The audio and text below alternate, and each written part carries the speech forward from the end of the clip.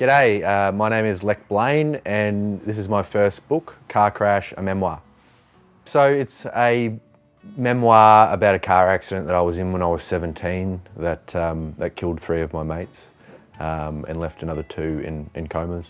So very heavy, obviously, covers a lot of grief, a lot of trauma, and then it circles around to both before and after the accident and sort of tells the story of my identity and the way that it was crafted before the event and then after the event, and the way that the accident also facilitated a journey of like self-discovery and self-actualisation. It took 5 years, so I had a fair bit going on. I was running a motel that I inherited from my dad in Bundaberg, which is in central Queensland, so it was a 3-star motel. It's pretty rough and ready sort of place.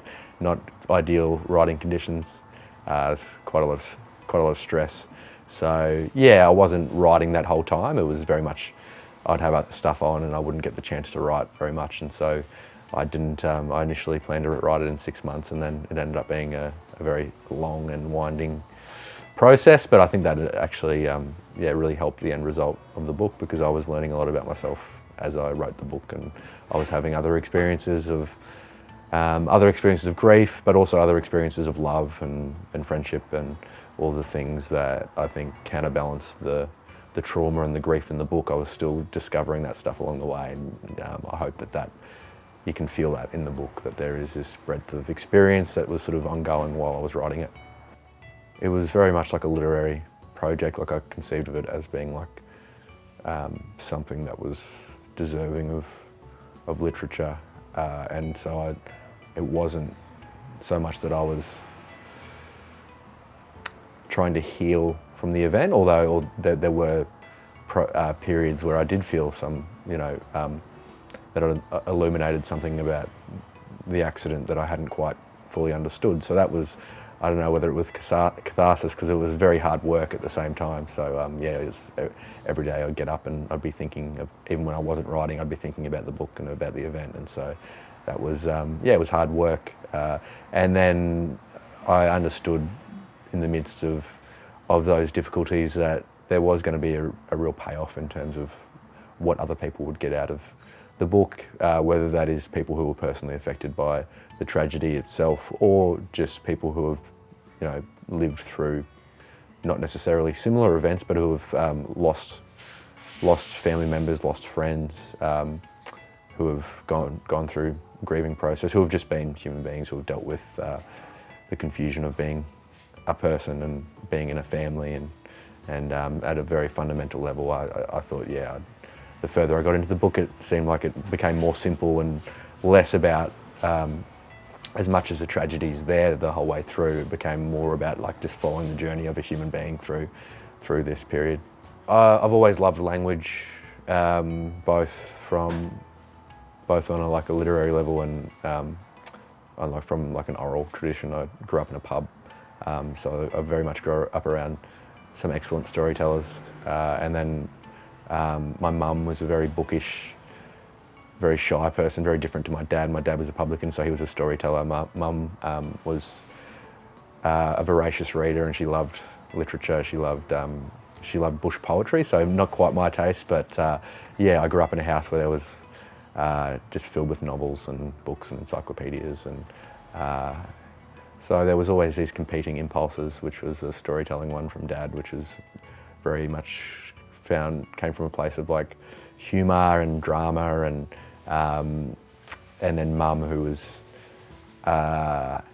she wasn't a dramatic person or an over-the-top person. She very much kept to herself and liked to write things down rather than telling a story. She didn't like the limelight. So they're very different impulses, but they sort of both come together, I think, very usefully to be like a writer, because I think that even growing up in a pub, it almost gives you this sense of storytelling, which is very intuitive, but is almost like a news pyramid in terms of getting people's attention and keeping it. And you might only have 30 seconds to do that in the course of serving them a drink or something, but you need to convey a lot, and build an intimacy with people very quickly, and that's I wasn't consciously trying to do that in my writing, but I think that that's ultimately what I hope that I sort of achieve on a sentence level. I loved Roald Dahl as a kid. It's pretty typical. I loved a lot of Australian children's writers as well, Maurice Gleitzman. I was quite weird in the sense that when other kids were starting to read like Harry Potter, I was reading mum's crime novels. So I was like in primary school, so I was pretty young to be like, but yeah, I loved crime novels. And then as I became a teenager, I guess my taste started to develop towards a more literary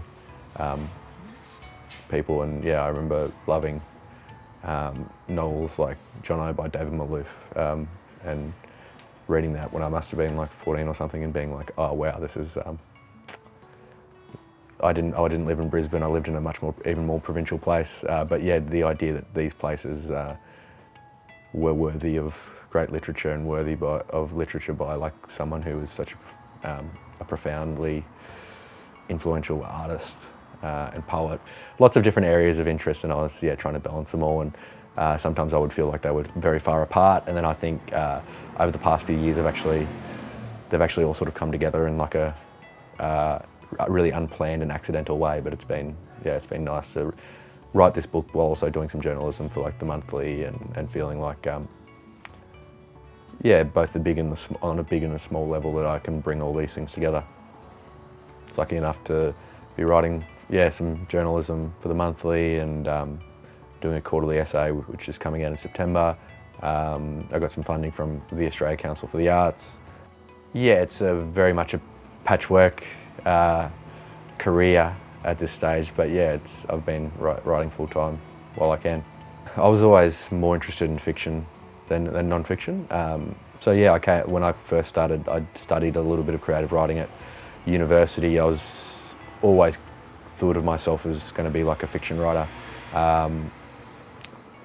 writing short stories and developing my craft in that way, which I think was really helpful in a lot of ways for when I did start writing non-fiction or even journalism, that I wasn't really coming at it from, I wasn't really thinking of it as journalism. I was almost thinking of it like these pieces that I would write as being like short stories with like real people, and yeah, that's sort of how I approached the writing of a memoir as well. Like it felt like I was writing fiction about real stuff, and using the same sort of techniques. And I'll do the quarterly essay, which will come out in September, and then I've got another book that I want to write about my three foster siblings and their biological parents and their history, and about the foster care system, and their parents tried to start a religious cult, so it's sort of going to follow the trajectory of their lives overlapping with my life through my parents and my parents' backgrounds, and